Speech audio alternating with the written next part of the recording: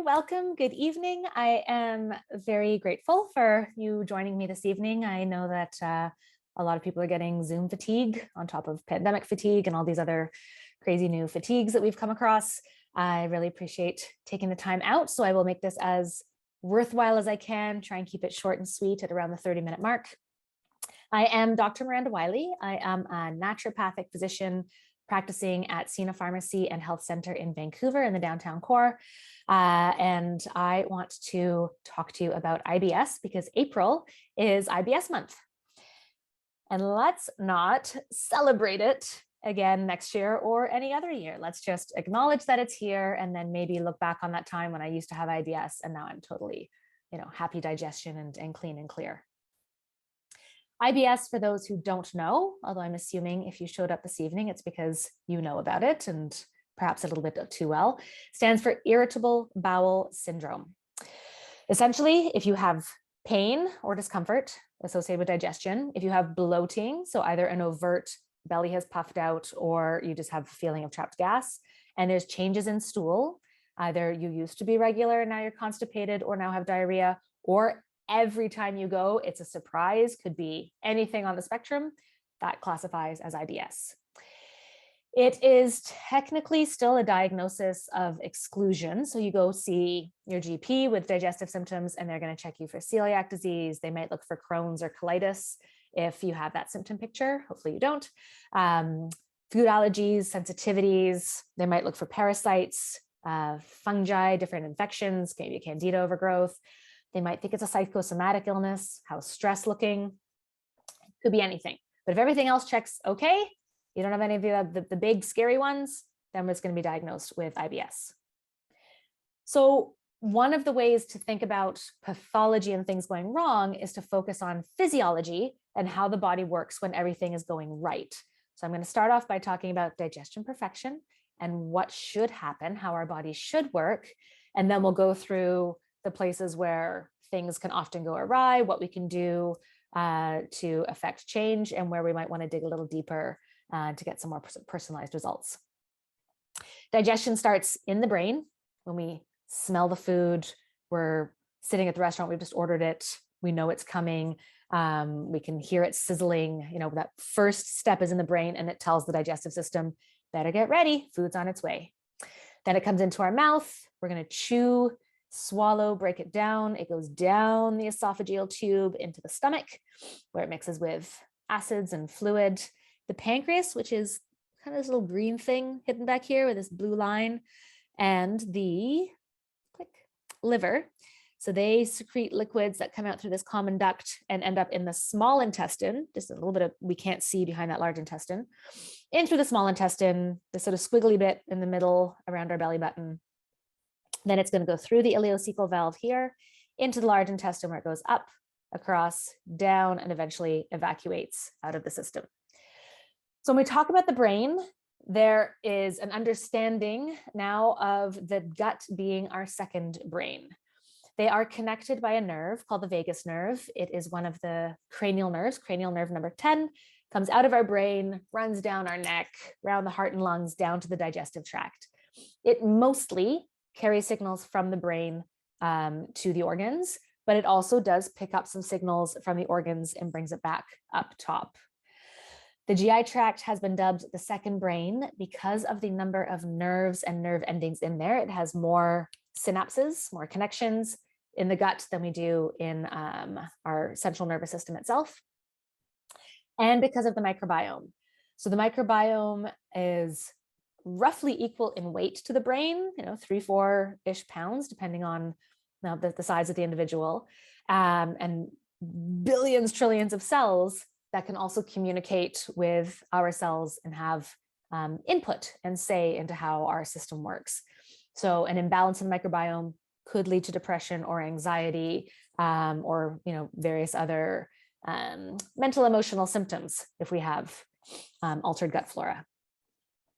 In 1999, the treatment for IBS, because you've got digestive symptoms and you don't have celiacs and it's not Crohn's, and it's not this, it's not that, so it's all in your head. Sorry, the treatment was an antidepressant. It's a selective serotonin reuptake inhibitor, SSRIs.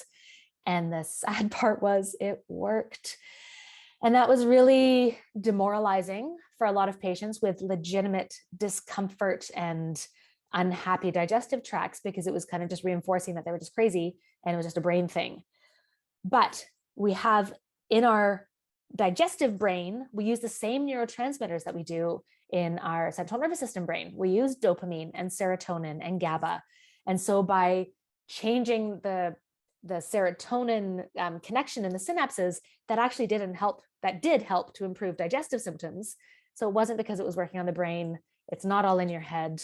Your gut probably isn't working that well if you're having IBS symptoms, and we can fix that. So in Ayurveda, in Ayurvedic medicine, there's a saying that we should drink our food and chew our drink. It all comes down to surface area. If we were to somehow swallow an entire coconut whole, we probably wouldn't have very good digestion, because our stomach enzymes would only be able to get to the bits that it can reach. If we were to somehow swallow a spoonful of, dried medium shredded coconut that we use in baking or making granola, it might not digest very well, because it's better than the coconut. We've got more surface area that the solutions can get around. But if we have coconut milk, if we've blended it, then we can't even see the particles in there. They're so small, which means that the enzymes in our mouth, the acid in our stomach, they can mix around all of these things. We can get those individual fat molecules, we can break down the proteins, and we can absorb it into our system. Likewise, the chewing your drink. I have had patients come in, we're like, the amazing smoothie in the morning, all the superfoods, everything in, but it hurts my tummy and the bloating, because they make the smoothie and it's like dug, swallow it down. Take in a sip, whether it's water, whether it's food, whether it's soup, move it around your mouth, warm it up or cool it down, let it come to 37 degrees Celsius, mix with your saliva and the enzyme in that, the amylase that breaks down starch, before swallowing it into your system. So slow down what you're consuming, whether you're chewing it as food or whether you're chewing it as drink. Make sure everything has been processed before entering into our system for nourishment. Stomach essentially is the fire pit. We're taking foods and we are cooking them, even if we've already cooked them, in a stove. This fire equates to that intense acidity that comes out in the stomach. It's the lowest pH of anywhere in our body, ideally a pH of about 2. Crazy acidic. But it's how we are going to sterilize the food. Because keep in mind that up until 100 years ago or so, we didn't have refrigeration.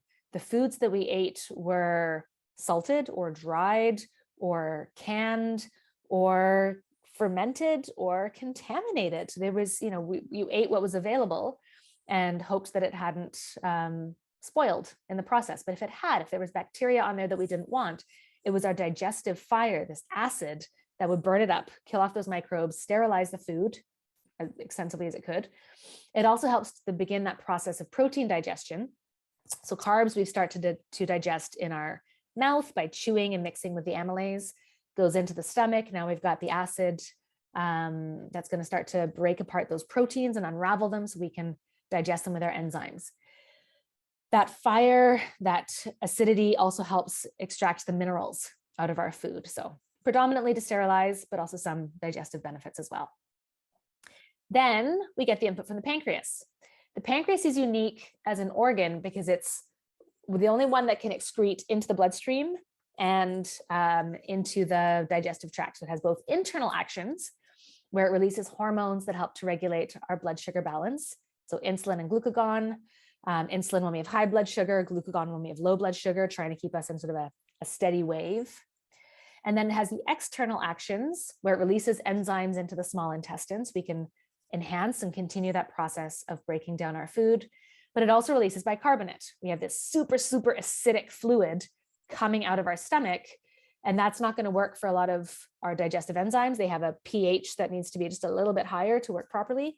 So adding the bicarb, bringing that pH up, neutralizing it a little bit, so their enzymes can work well. There's enzymes being secreted by the pancreas, by the small intestine, and we want to break it down into as small as pieces so that we can take it into our system. Then we have the liver. The liver does something called first pass. So all the food that is in the small intestine is going to come out, the nutrients come out into the bloodstream, and those blood vessels go directly to the liver. Do not pass go, do not collect $200. You go straight to the liver, and the liver decides this is nutritious, this is okay, it is allowed into the blood as is. This is okay, I just need to modify it slightly. Now let it into the bloodstream. This is no good. I am going to detoxify that, send it out into through another portal, back into the intestines. I want this excreted out of the system. Or this is not okay. I'm going to modify it, make it water soluble, then put it into the bloodstream and let the kidneys deal with it. So liver is important for first pass for determining what is allowed into our system, detoxifying the blood, which is filtering through all the time, and also for the production of bile. So all of these liver cells in the red are producing bile, and they're trickling out like, the little houses on the side street going down the avenues into the bigger roads, into the massive highway. So down to the central highway, lands in the gallbladder. Then when the brain and the mouth determine that there is fat on the tongue, we get that big squeeze of bile coming out of the gallbladder. Now we're able to emulsify the fats in our food so that we can digest them. Keep in mind, oil and water don't mix. And so we need to have a detergent or an emulsifier, something that is going to take those oil droplets and make them soluble in water. So in the same way, you've got a greasy pan, you run it under hot water for as long as you like, it's not going to get clean. You put soap on it, give it a scrub. The soap is going to grab a fat molecule, grab a water molecule, and then carry the fat down the drain. And now we have a nice clean pan again.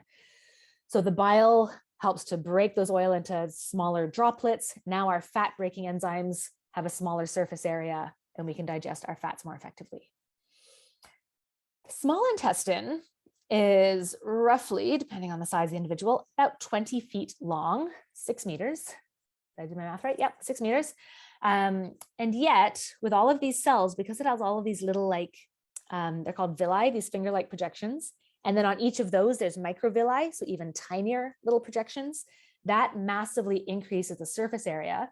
So if you took it out and stretched it to where it was completely flat, estimates range from a small studio apartment to a tennis court. So huge amount of surface area that we get just by having everything sort of fold in and on itself and undulate. And it's on those microvilli that enzymes are released. It's the brush border, and we're able to pull the nutrients into our system. So our food is on this side, on the bumpy side. And then the nutrients are going to be broken down by all those enzymes, that good chewing that we did, the acid in the stomach, the enzymes from the pancreas and the small intestine itself. The fats are mobilized by the bile, and they're going to be taken through the cell and then pumped out in the side into the blood vessel. And then that's going to carry it off to the liver for assessment. The large intestine, this is where we have the bulk of our microbiome. So quickly back to the small intestine. Because this is where we are absorbing our nutrients, this is our prime place of nourishment, it does have bacteria. Every part of our body does to some degree. We're not sterile. However, here we have bacteria in very, very small amounts because we don't want them getting in the way of absorption. We've got these little finger-like projections trying to get at the nutrients. We don't want anything blocking that, which is going to be a big part of what we talk about today. The large intestine, though, this is the rainforest teeming with life, trillions and trillions of microbes. It is the mecca for the microbiome. This is where a lot of fermentation takes place. We've chewed the fiber, can't digest it, put in the stomach, can't digest it, put in the small intestine, still can't digest it, goes into the large intestine. The microbes can start to break those fibers down. In doing so, they create short fatty acids that are food and fuel for the cells lining the intestines. So it's helping to keep them as healthy as possible. And it's where we reabsorb fluid between the mouth, the stomach, the pancreas, the liver, and the small intestine. We release 6 to 8 liters of digestive fluid every day. The large intestine is where we absorb pretty much all of that and end up with a comfortably formed, not too dry, not too mushy stool that we can then evacuate out of our system and get rid of all of our waste products. So we absorb the bulk of our fluids. So if you're having dry stools, you might need more water. If you're having diarrhea, you might need more water because you're going to be losing too much. So find that balance there. So what could possibly go wrong? It's such a, simple straightforward system all the way through the body. In the brain, number of things. Stress. When we are under stress, when we're in fight or flight mode, which in the Western world is fairly common. I get a lot of people coming into me to talk about stress and sleep and anxiety and depression and mental emotional stuff. When we're under stress, when we feel there is threat, biologically, we move the blood away from our digestive organs, because if you're about to get eaten by a saber-toothed tiger, you don't need to waste time digesting your last meal. You're going to become a meal. If there's an avalanche coming at you, if someone's cutting you off in traffic, we don't need to digest our food. We need to survive this moment. So stress is a big, big issue with digestion. Other issues could be a concussion. So that history of falling off a bike or landing on your tailbone. But sort of that other end of the central nervous system, but that can cause sort of a paralysis of the vagus nerve to some degree where it doesn't work quite as well. Tumors or space occupying lesions, strokes, anything goes on with the brain that can affect our digestive function. In the mouth, the biggest issue I think is speaking and just getting people to slow down and chew. Can we turn off the computer just for 5 minutes while you eat lunch? Can you do it for 10? If you can't do it for 5, can you do it for 3? Like, what can we do? But at the very least, can we just slow down, taste the food? If you're doing 10 things at once and typing away and then yum, yum, yum, yum, yum, you're not gonna get that mindfulness in there. It's gonna be hard to remember to chew your food all the way down. Just slow down, this is my meal. Yep, it's a puree, swallow it down, move on to the next bite. Then you can go back to whatever your lifestyle is like, or we could talk about balance and stress response. The stomach, there might not be enough acid. That is possibly due to having too high a stress and not being in digestive mode. The body is prioritized to survival and not pumping out enough acid. Might be because of medications. You might not be producing enough enzymes. Enzymes are proteins. They are made of amino acids coiled in a very specific configuration. If you have protein maldigestion and you're not absorbing enough amino acids, you can't make the enzymes that you need to break down the proteins to get the amino acids to make the enzymes. So it becomes a bit of a downward spiral, a catch-22. But we need to make sure there's adequate acid, a low pH, and that your body's able to produce the enzymes that it needs. Might need minerals for that production, who knows? For the pancreas, there might not be enough secretions. So there are tests where we can get an idea of what your pancreatic output is like, and if it's poor or just insufficient, or it's okay. Looks like you're pumping out enough elastase and other enzymes that'll break down your food. Liver, there might not be enough bile. Bile is made from cholesterol. If bile might be too thick and sludgy, it might be like really slowly dragging down those little rivulets to get to the gallbladder, at which point it might be kind of starting to crystallize into sand or sludge or stones.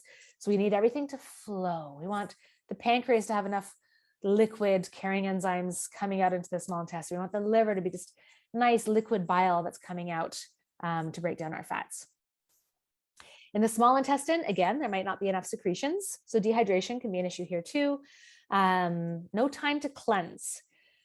There was a big movement 10, 20 years ago to help keep people's blood sugar from going all over the place. The advice was just keep eating. Have 6 small meals a day. Just, eat every hour or two, and then, your blood sugar will never dip. But historically, we never ate like that. Food was scarce. You came across a pile of berries, you'd chow them down as much as you could, or maybe you'd forage a little bit on the way. But oftentimes we had fewer meals throughout the day. Our small intestine is either digesting, it's either actively secreting fluids, breaking down the food and sucking it all up, sending it, through the bloodstream over to the liver. Or when we're not eating, time goes by, nothing's happening, tick-tock, and then we shift gears, we go into self-cleansing mode. The brain gets involved. Okay, there's no more food coming in. It's time to start that wave. And it starts squeezing the muscles of the small intestine and like a tube of toothpaste, just scrunching it out, moving all of that waste, the debris, the fiber, any bacteria that go through, anything that we didn't digest and probably aren't going to be able to digest, sweep it along, squeeze it out, dump it in the large intestine, and then close the door. So we need to give our system time to cleanse. So 3 meals a day, no snacks. If that is unfeasible for you, let's talk and figure out a strategy. You might need to go to 5 equally timed, then down to 4? Is it a blood sugar thing? Is it a reflux thing? Figure it, we gotta find out. The problem is to get to that solution of eating less frequently with a steady, comfortable energy flow in between. By the time you're ready for your next meal, you have appetite. You're not hangry or, munching on cheese and crackers while preparing your dinner. Just, oh yeah, it's time for lunch. I should do that, but I'm going to finish this up. I'll eat in half an hour. Or there could be some bacterial overgrowth running interference, which is going to be, again, the bulk of today's talk. The small intestine, in order to get those nutrient absorption, we need this clear. If there's a carpet of bacteria over top, it's going to wreak havoc in all sorts of many ways. And in the large intestine, we may have some bad seeds. We can have excess yeast. They can have fungus. There can be viruses. There can be just the wrong type of bacteria. We don't really like these guys in the large intestine so much. We might just have, this overgrown garden where we want it to be a little bit more like a tailored, like a nice English garden with flowers in the right spot at the right height with pretty, levels and everything that should be, not thorns and brambles and swamps. When we have bad seeds, we'll often experience that as excess gas or flatulence. There might be altered stool, might be different odors. Different symptoms coming out.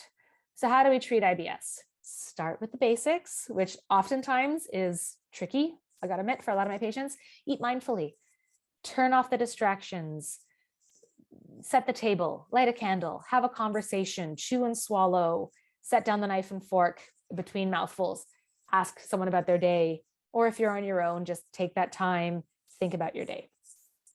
Chew well. So again, drink your food. Eat whole foods with a balanced palate and flavor. So a little bit of bitter, a little salt, a little sweet, a little umami, a little sour, a little bit of everything. Good colors. You got the rainbow showing up. So we're hitting all of our different nutrients coming in. 2 to 3 meals per day with no snacking. That is tricky for some. Others, I say 3 meals a day. They're like, but I only do 2. That's great. 2 is often fine. Good for digestion anyway. We can talk about blood sugar and hormones another time.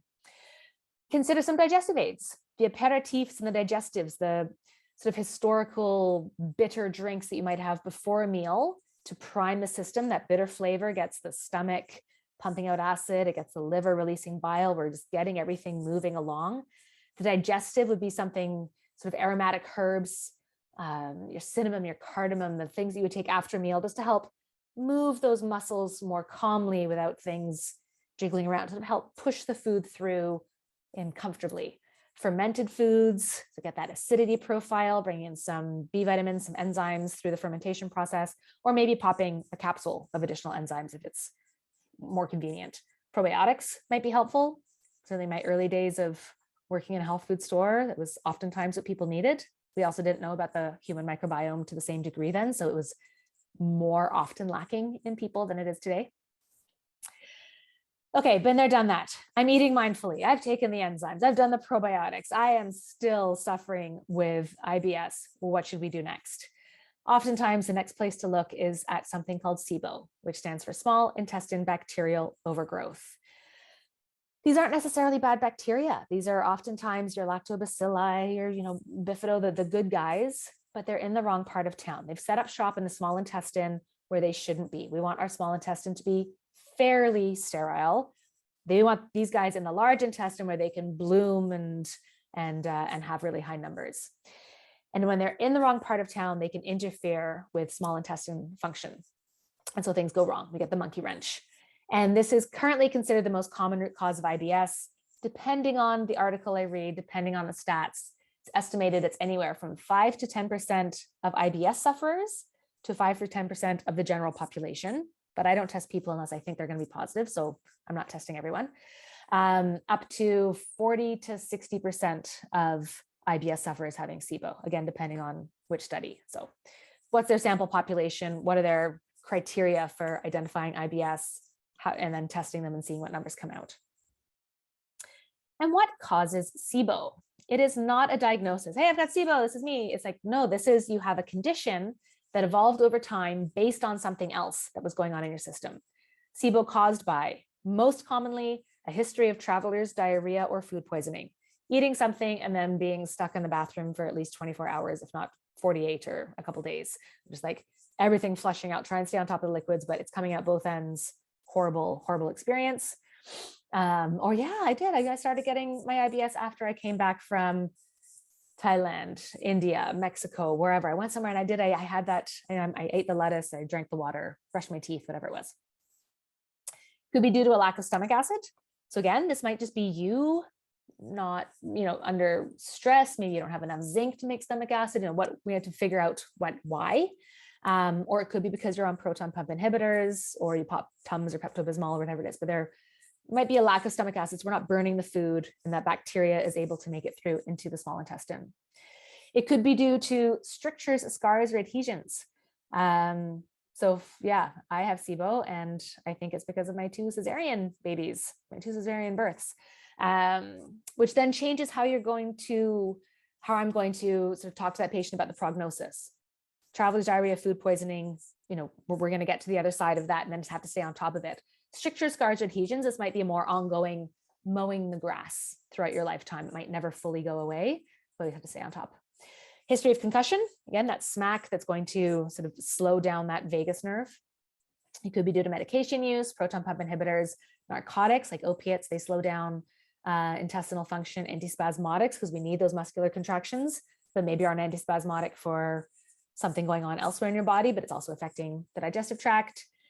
A history of strong or chronic antibiotic use, so acne or recurrent strep throat or sinusitis, whatever it might be. Hypothyroidism is a common cause. Hypothyroid slows down digestive tract. Constipation is a common symptom. Poor digestion can also contribute to hypothyroid. The kicker here is that hypothyroid meds also contribute to SIBO. So for those of us in the hypothyroid camp, this is also a bit of a big bummer. Diabetes can cause it, pancreatic disease, some genetic conditions, Ehlers-Danlos syndrome. There's a couple of things that can cause SIBO. Bottom line is we end up with stagnation. We've got a swamp through what should be a river. Fluids coming out, move those liquids along. Now we've got everything starting to slow down and build up. Then it can be perpetuated. You can have poor bile flow, lack of MMC. This is your migrating motility complex. So this is the brain saying, hey, you're not digesting. Let's start squeezing things out. And some people only get those overnight while they sleep because they're eating all day. I just graze. I sit at my desk, I just, nibble on almonds all day. No, we gotta 3 meals per day, and then give yourself some hours in between so that you can get those extra waves, cleaning out breakfast before you have lunch, cleaning out lunch before you have dinner. There can be excessive mucus in the small intestine if there's inflammation there, or the microbes can cause the mucus, and that's going to slow everything down, make it harder to treat it, get on top of it. Symptoms can include chronic belching. So things aren't moving down, so we're getting the gas coming back up. Excessive gas on either end. We've talked about belching, so this would be flatulence. Diarrhea and or constipation. It can run the gamut. Some people have chronic diarrhea, 7 to 10 times a day. Some people don't go to the bathroom more than twice a week. And some people it's diarrhea one day, then they're constipated for 3 days, and it's diarrhea again. It's all over the place. Abdominal pain or discomfort, food allergies or intolerances. They've got a sense that if they stay away from these certain foods, they might not have as big a digestive issue. Oily stool. So going to the bathroom and seeing this like rainbow oil slick on top of the water bowl, big clue that you're not absorbing your fats. And that could very well be due to SIBO, and the oil is just kind of sliding along this sort of ski hill of bacteria. And there can be non-digestive symptoms. Some people are like, my digestion is fine, but I've got rosacea.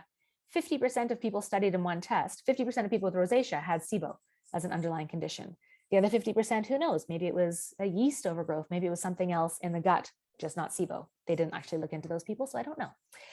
Could be autoimmune condition. There can be restless leg syndrome, which sometimes is really easy to diagnose in the office. The patient's just sitting there, their knee bouncing up and down. Like, do you have restless leg?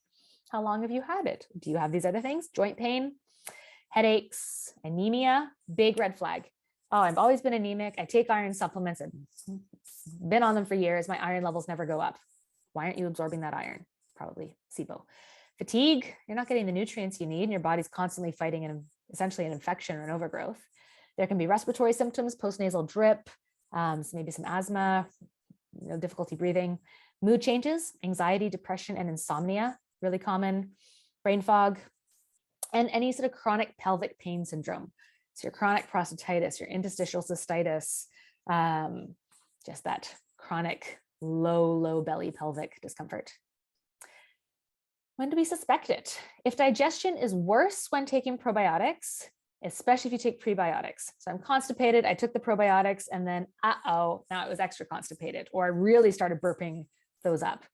And again, back in the day when I started working in health food stores 30 something years ago, probiotics weren't really that known. It was much of a muchness, and you took them and sometimes it worked, sometimes it didn't. That can still be true today. We know a lot more. We've done the Human Microbiome Project, and we know that some bacteria, some strains are really effective for moving things along. And some strains are maybe going to contribute to the problem. So we need to be a lot more specific, which we couldn't be 20, 30 years ago. If someone takes antibiotics for something else, sinusitis, ear infection, and their constipation goes away, I feel great every time I take antibiotics. Like, that might be SIBO. Someone's constipated, you give them fiber, constipation gets worse, could be SIBO. Anemia that doesn't respond to iron supplements, a celiac who diligently gives up gluten and doesn't see a lot of improvement. And people are like, well, it might be sneaking in somewhere. Maybe you're kind of cheating and not being that honest about your gluten-free diet. They're being honest. Their digestive system is that out of whack. And IBS, you've tried all the other treatments. This is one to consider and look at. So the way we test is a breath test, most commonly done. So after 1 or 2 days of starving the bacteria, eating nothing but protein, white rice, fat, salt, pepper, water, weak tea or coffee if you really need it, but no dairy, no fruits, no vegetables, no herbs, no legumes, no grains, nothing that can be fermented. After 1 or 2 days of starving, you're going to do the test. So you wake up in the morning, ideally don't even brush your teeth. We don't want to risk swallowing toothpaste and throwing off the results. An hour after waking up, you can drink water that whole time. You start the test, and you get a breather bag, and you get 10 test tubes that are vacuum sealed. So you're going to blow into the bag. It's going to take a selection of your breath, and then you just fill the tube for 2 seconds. You're just going to go.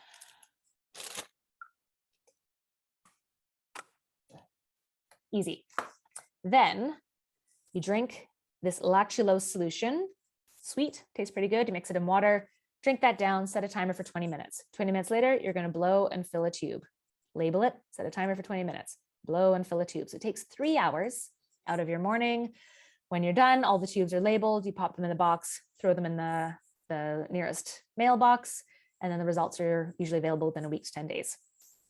The gold standard is a small intestine aspirate and fluid culture, where a gastroenterologist goes in, sucks up a little bit of your small intestine fluid and actually looks for the bacteria in there.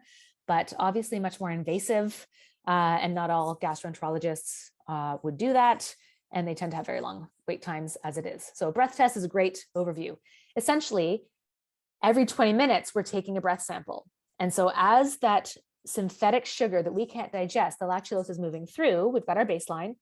20 minutes later, are there bacteria there that can consume the sugar, exhale hydrogen or methane, which is their gas, the way we exhale carbon dioxide? They can't just exhale it out of their system. We absorb it into our bloodstream, exhale it through our lungs. Does that read on our meter? 20 minutes later, farther down the system, 20 minutes later. So we're seeing this map as the sugar moves through the digestive tract. A negative SIBO test should look something like this. My apologies that it's in black and white and a little bit not centered. I've had one patient, actually now I've had 2, who had a negative SIBO test. I don't see negative a lot, but essentially like nothing, and then finally a little bit of a spike. So checking for hydrogen, we want to see it 20 parts per million or more within the first 2 hours. Methane, we want to see it 3 or more within those first 2 hours, and then combined should be 15 or more. So this person was clearly negative. A positive, baseline is nice and low. So they did the diet well and starved out those microbes. The sugar came in, not much in the stomach, and then whoa, did it ever bloom? Around 7, this 2-hour mark is roughly when on an empty stomach, we expect to see it go into the large intestine, but they've got just as much bacteria in the small intestine as they do in the large. We don't want to see that. Back to the negative. I would like to see this person rise up a little bit higher. I actually think they had a bit of a delayed transit through there. At 7, I'd like to see a bit more of a curve going up. But regardless, positive versus negative. The y-axis is automatically set to 80 because anything higher than a 20 or a 3 or a 15 will be a positive. This person's coming in, what's their highest? 122, extremely positive. 9 for the methane. So we have something we need to treat. How do we treat it? The approach is going to be unique to each patient. I have sort of my algorithm and the protocols and what's worked in the past and where I've, shuffled things around over the years. But ultimately, it's going to be unique for that individual. There will be a stage at some point, if you're going into a SIBO treatment, where you are going to have to do some kind of diet changes that will starve those microbes. Low FODMAP is the most common. So it's low fermentable oligosaccharides, which are like garlic, onions, bread, beans, disaccharides, which is lactose, monosaccharide, which is fructose, and polyols. These are sugar alcohols found in stone fruits and mushrooms and cauliflower. At some point, you're going to be repairing. We want to bring in something to heal up that intestine that's been fighting this overgrowth or damaged by this overgrowth. At some point, there's going to be antimicrobials and or antibiotics to just clean it out. Think of it as like Drano. We've got a tube. There's too much stuff in that tube. We're going to pour something in that's going to clean out that tube. Whether it's antimicrobials or antibiotics depends a lot on that patient, what their instinct is, what their medical coverage is like, what their comfort zone is, what their test results were like. So that might all change. And then we need to figure out why you have SIBO in the first place. Is it because you're snacking 6 times a day? We can change that, right? We'll work on blood sugar. We'll work on regurg. We'll figure out all those symptoms. Or is it like because you've got scarring? You had a resection that they took a tumor out of your colon and put it back together. There's going to be scarring. We might be mowing the grass. Ultimately, though, we'd like to ease off the supplements and the diet restrictions and live a life with happy digestion. You might not be able to give up all the diet restrictions. Some people are like, lactose is a big trigger. They just go dairy-free or lactose-free milk. Maybe it's bread. We give that one up. Maybe it's avocado, garlic, and onions sometimes comes up. That can be a hard one for a lot of people. But we just figure out what foods your microbes like that are going to cause it to trigger up again. And how do we avoid that?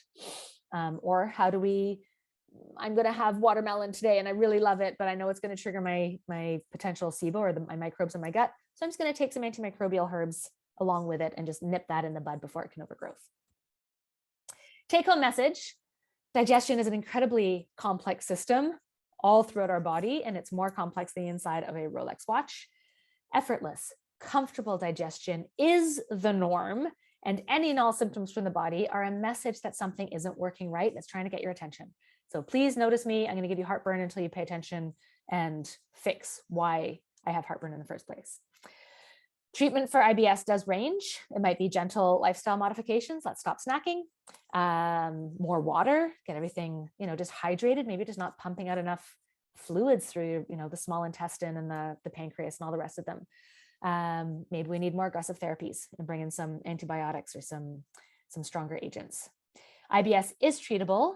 Please don't suffer. It's awful. Another study I read, people with IBS would, if given the choice between living for 10 years longer in their life, but keeping their current symptoms, or having a lifespan that was 10 years shorter, I'm going to die at 70 rather than 80, or I'm going to die at whatever age, but being free of symptoms from that time, they would choose the shorter lifespan. That's intense. That's not a quality of life thing. I would rather be free of this and just give up the last decade of my life. So please don't suffer if this is your problem. If you have questions, I'd love to hear them. I'm going to stop the recording because sometimes questions can go a little bit of a tangent, and I just want this to be a nice little package. But yeah, please reach out if you do have questions. You can find me on my website, drmirandawiley.com, and there's a link there to email. And yeah, hope to hear from you soon. Take care. Bye.